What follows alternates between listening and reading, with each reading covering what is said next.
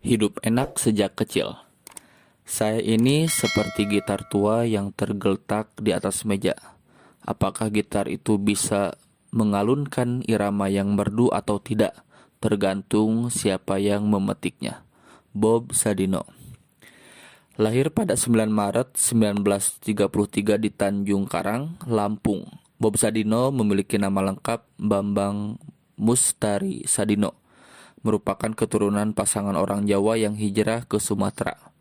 Bob, demikian dia akrab disapa, hanya 1 tahun menjejakkan kaki di tanah Andalas. Karena pada 1934 dia harus mengikuti kedua orang tuanya pindah ke Jakarta. Bob Sadino adalah putra dari seorang amtenar atau pegawai negeri pada masa pemerintahan Hindia Belanda. Saat itu bapaknya menjabat sebagai guru yang kemudian menjadi kepala sekolah. Tak heran, Bob kecil memiliki kehidupan dan lingkungan pergaulan yang relatif lebih baik dibanding anak-anak seusianya. Bahasanya memang ndak enak. Saya dari kecil itu berkecukupan terus. Kenang Bob Sadino. Bisa dibilang Bob Sadino sudah hidup enak sejak kecil.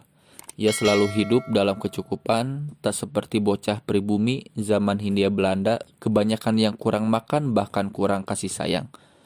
Dia mengaku tak pernah mengalami kesulitan hidup sebagai anak-anak lain pada masa itu.